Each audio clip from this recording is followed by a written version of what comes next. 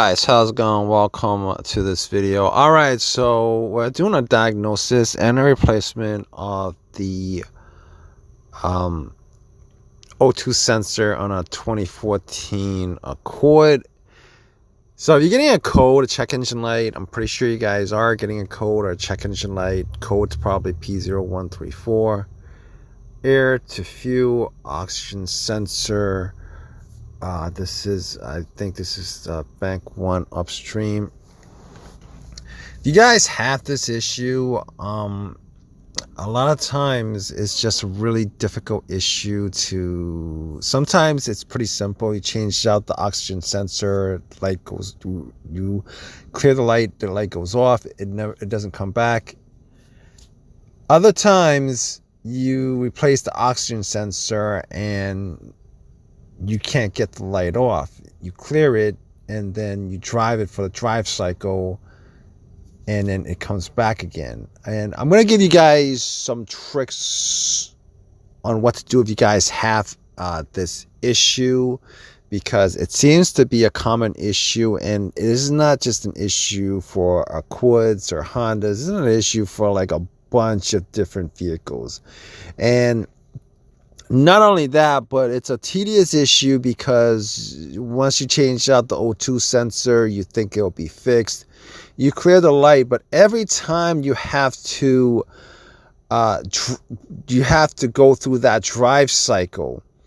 All right, and I don't know if Hondas have more of this issue than other vehicles. I think GM vehicles have more of this issue where you swap out the O2 sensor, you clear it, you drive the drive cycle. It's a hit and miss on whether that check engine light stays off. And if you guys are in a state where inspection is a normal thing, a yearly thing, this is one of those things that could cost you like a ton of money. We're talking about $1,000 to $1,500 on just this issue alone. But hopefully this fixes your issue. As you guys can see, the O2 sensor on this vehicle is very easy to get to. Just unplug it. And since this is a 2014, it's on top of the engine. You probably won't have to come across a lot of issues with it being stuck or seized and stuff like that. On top of that, okay, I'll give you guys a trick to take this O2 sensor off. All right, if you guys are having issues taking this O2 sensor off, chances are you probably will not have an issue taking this O2 sensor off. But if you come across this and you're having an issue taking the O2 sensor off, all you gotta do is just run the engine, get it real hot for maybe like 15-20 minutes. Turn it off. It's really hot. Pop in the socket. It'll come off like butter. But you gotta be careful because it's gonna be real hot, and definitely should use your gloves in this situation. Be careful that you don't burn yourself doing this job. But that's the replacement part of this. It's pretty much a 1, 2, 3 thing. Some people will torque down the O2 sensor, but to be honest with you, I don't think that's like an important thing. It just needs to be tight. You really don't want to over tighten it. Most of these O2 sensors these days have anti-lock, anti-seize on them. Anti-seize,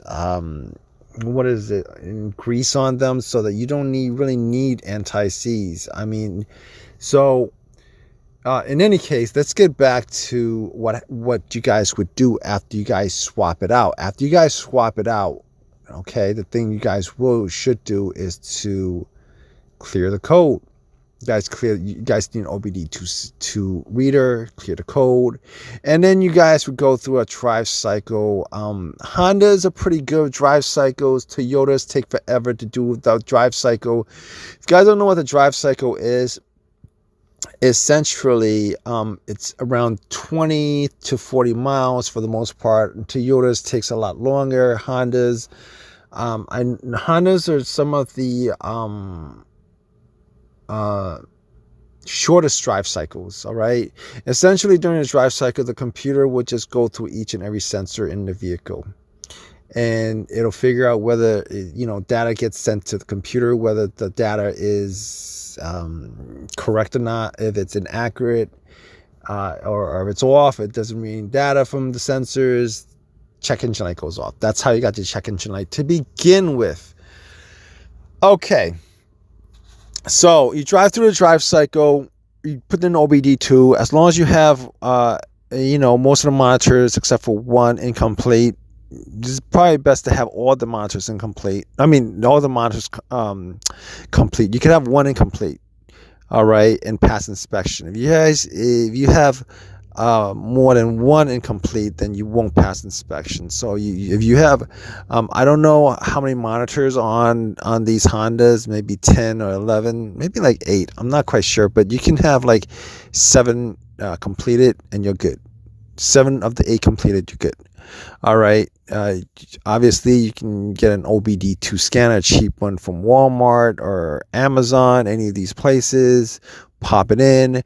Now, the problem comes is if you come across this situation where it does not, after the drive cycle, the check engine light comes on again. You get the same code.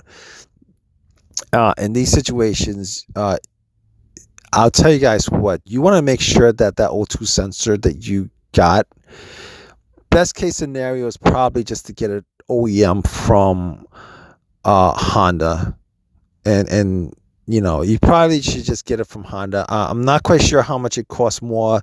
I mean, these aren't very expensive. The non-OEM ones are not very expensive. If you get on eBay, Amazon, they're like $20 or whatever.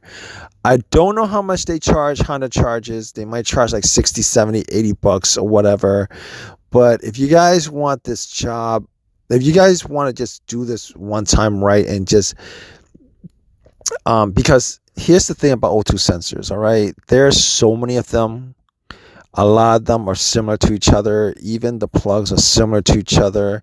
If you guys are working on multiple O2 sensors, if you guys are even working on this O2 sensors, you guys get a non-OEM one. You guys definitely want to like line it up to make sure that it looks exactly the same.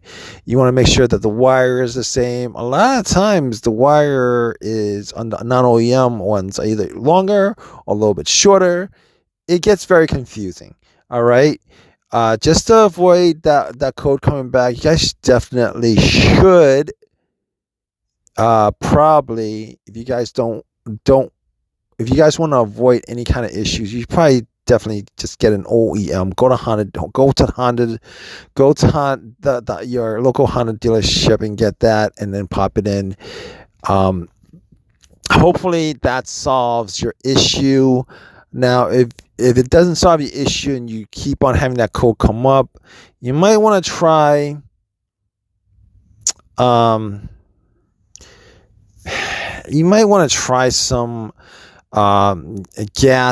gas cleaner. I've done videos on them. You guys could look it up. Fuel cleaner. Walmart has them for like $6-7. They're not very expensive. If you guys have used them, definitely drop a comment in the comment section. Let us know whether they're decent or not for you guys. I've tried some of them. They've helped.